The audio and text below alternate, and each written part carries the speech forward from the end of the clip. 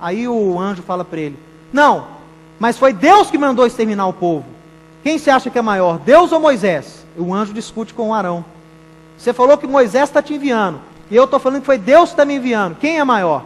E Arão fala com ele: peraí, vamos resolver isso lá com Moisés. E vão os dois até Moisés. E o fato dele ter ido até Moisés, ele sai do campo da congregação e a praga cessa. É a história judaica. Isso não... Por isso que a Bíblia diz que quando Arão retornou a Moisés, a praga cessou. É lei oral, né, gente? É a tradição judaica. Claro que isso não é canônico nem nada, mas é uma coisa interessante, né? Por quê?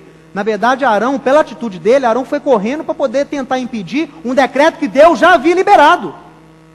E sabe quantos morreram nesse curto tempo que Arão demorou para pegar o incensário e voltar? Quantos morreram, hein? Quantos morreram? 14.700 judeus. Fora os que morreram lá com a terra sendo sugados. Provavelmente num período de 5 a 7 minutos, que foi o tempo que Arão demorou, porque eles já estavam ali perto. Demorou para ir na tenda e voltar com o incensário. Em 7 minutos, mais de 14 mil judeus morreram. Deus que falou: chega. Vamos lá. Nós temos então a confirmação do chamado de Arão, já encerrando, por quê? Com esse fato, Moisés tinha que fazer um ato público para provar que Arão era o eleito, não é isso? Era o escolhido para ser o sacerdote. Aí ele manda cada tribo separar uma vara. Essa vara era talhado o nome da tribo, viu? Na tribo de Levi, ele manda escrever o nome de Arão, e não de Levi. E ele então coloca aquelas varas ali perante a tenda da congregação. E no outro dia pela manhã, a única vara, o único bordão que havia florescido, deu folhas, flores e fruto, foi o bordão de Arão, da casa de Arão. E Deus então manda guardar aquele bordão, aquele ramo, que deu até amêndoas, né? Que floresceu até com amêndoas. E olha que interessante, deixa eu falar uma coisa aqui. Sabe o que é amêndoa em hebraico? Por que o bordão, a vara, floresceu e deu amêndoa? Por que não podia dar maçã, Igor? Ou, sei lá, outra fruta. Mas por que foi amêndoa? Porque amêndoa em hebraico é shoqued. E shoqued é a mesma palavra para vigia. O que vigia. Então, os rabinos dizem que Deus mandou, o bordão floresceu, né? Ficou mais bonito que os outros? Ficou. Mas deu amêndoas, ou seja, ele deu vigias. Ou seja, com um grande chamado vem também uma maior responsabilidade. Então Deus quis mostrar isso para Arão primeiramente, com um grande chamado, fazendo parte dessa visão da restauração que você faz parte. Você tem sobre si uma responsabilidade maior do que os outros. Aí eu fiz uma relação, até não vai dar tempo de falar, mas com as profecias do tronco que floresce, né?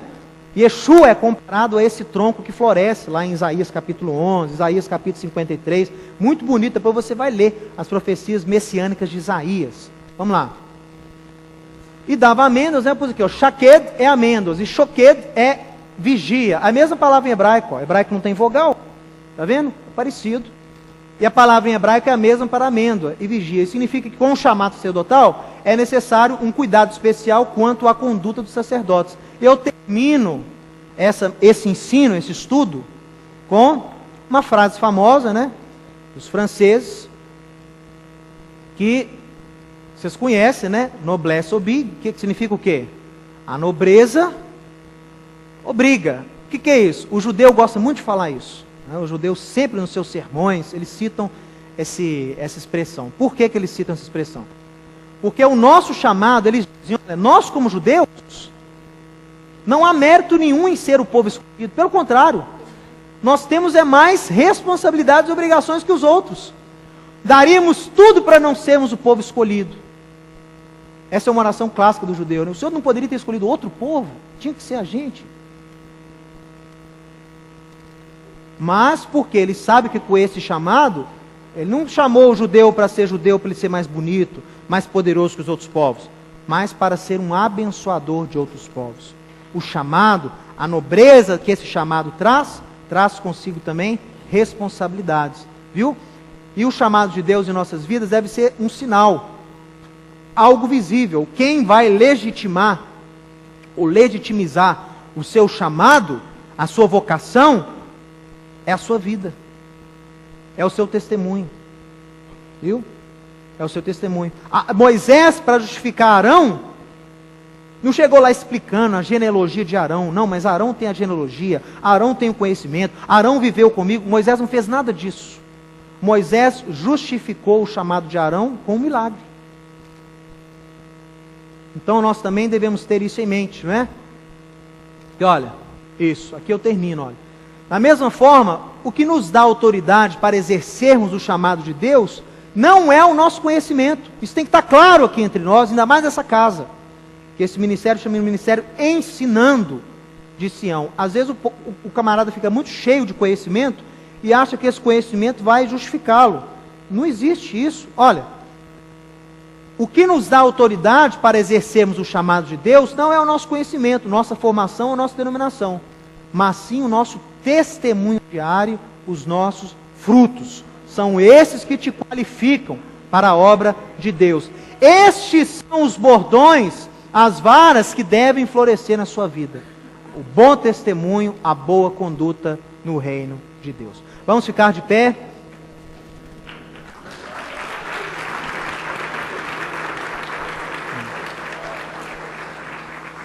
Que o Senhor faça resplandecer o seu rosto sobre ti e tenha misericórdia de ti. Que o Senhor sobre ti levante o seu rosto e te dê a paz. Agora, vamos fazer uma coisa que eu nunca fiz aqui.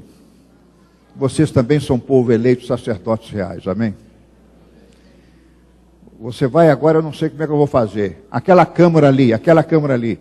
Vamos abençoar as nações, todos os nossos estados brasileiros, toda a cidade do Brasil, toda a cidade fora, Portugal que está nos vendo, Alemanha, Itália.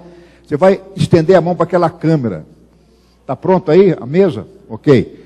Então aquela câmara, você está abençoando as nações agora. E você vai cantar essa bênção comigo. Hoje eu vou colocar você no nível de abençoador, da bênção arônica. A bênção que Deus mandou abençoar as nações. Você vai abençoar Israel como uma ação corporativa, mas Israel crente.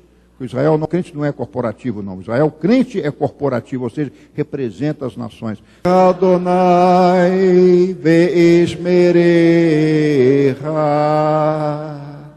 Yae Adonai palanavelecha vihuneka,